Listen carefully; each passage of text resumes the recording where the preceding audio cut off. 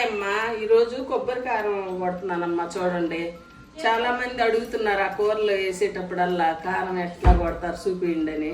అందుకే ఈరోజు చేస్తున్నాను. చూడండి, ఒక 1/2 కేజీకి పైన ఎండుమిరపకాయలమ్మ ఒలిచి పెట్టుకున్నాను.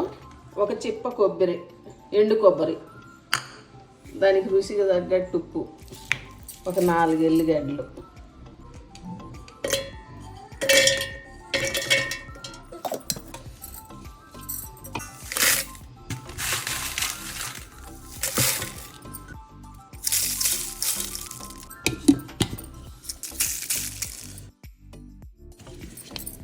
మెదిగాక ఎల్లిపాయలు కూడా వేసుకొని మెదిగించుకోవాలి.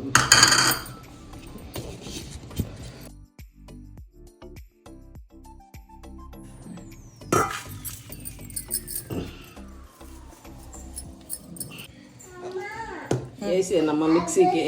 ఇట్లాంటి డబ్బాకి కానీ పోసి పెట్టుకుంటే ఇంక మనకి ఎప్పుడు కావాలన్నా తొందరగా కూరలోకి తయారైంది, తొందరగా వేసుకోవచ్చమ్మా.